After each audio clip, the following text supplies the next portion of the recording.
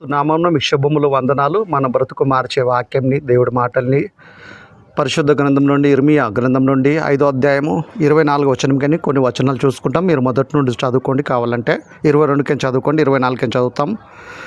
వారు రండి రండి మన దేవుడైన యెహోవాను యందు భయభక్తులు కలిగి ఉందుము.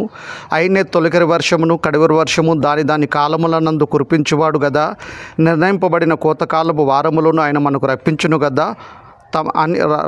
గదా అని తమ మనసులో కూడా అనుకోరు. మీ దోషములు వాటి క్రమం తప్పించెను, మీకు మేలు కలుగకుండానట్లుగా మీ పాపములే కారణం. ఈ మనుషుల స్వభావం ఎలాంటిదంటే వర్షాన్ని కురిపించేది దేవుడే అండి.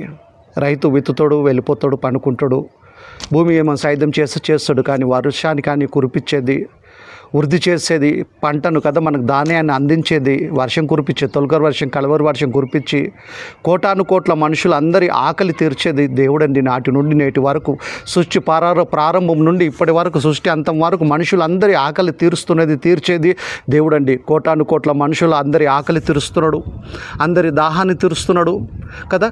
ఇంచుమించు శాస్త్రవేత్తల అంచనా ప్రకారం సుమారుగా 84 లక్షల జీవరాశుల ఆకలి దాహాన్ని దేవుడు తీరుస్తుండండి. మనుషులందరినీ కదా, మనుషులందరి ఆకలి దాహాన్ని తీర్చేది దేవుడే. జీవరాశుల ఆకలి తీర్చే దేవుడే గనుక మనుషులు దేవుడికి కృతజ్ఞత కలిగి జీవించాల్సి పోయి కదా. ఆయనే కదా మనకు తొలకరి వర్షము కడవరి వర్షం కురిపిస్తూ దాని కాలంలో ఆయన కురిపిస్తున్నాడు, మన ఆకలి తీరుస్తున్నాడు, దాహాన్ని తీరుస్తున్నాడు, దేవుడు మనం పోషిస్తున్నాడని ఈ మనుషులు కనీసం మనసులో కూడా అనుకోరంట. అందుకే దేవుడు కదా వాటి క్రమం తప్పించాడు. వర్షాకాలంలో వర్షాలు రావట్లేదు సరిగా, ఎండాకాలంలో ఎండిపోతుంది కదా, మండిపోతుంది, విపరీతమైన వేడికి మనుషులు తల్లడిల్లిపోతున్నారు. ఎందుకంటే ఈ మనుషులకి, మానవులకి నాటి నుండి నేటి వరకు దేవుడు అంటే భయం లేదు, దేవుడి మీద కృతజ్ఞత లేదు. దేవుడు పోషిస్తున్నాడు, ఆకలి తీరుస్తుండు, దాహం తీరుస్తుండు.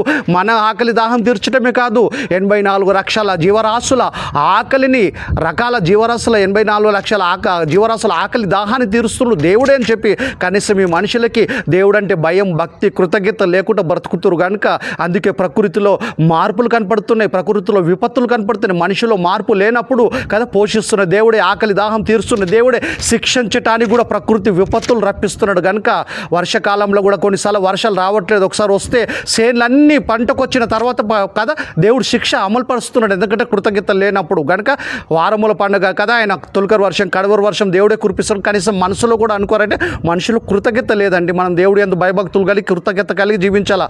మనుషులను జీవరాశులు అన్నిటిని పోషిస్తుంది ఆ దేవుడే కనుక మనం మర్చిపోకుండా జీవించాలా. ఈ సమయాన్ని ఇచ్చిన దేవుడికి వేస్తున్నాము కృతజ్ఞత స్తుతులు.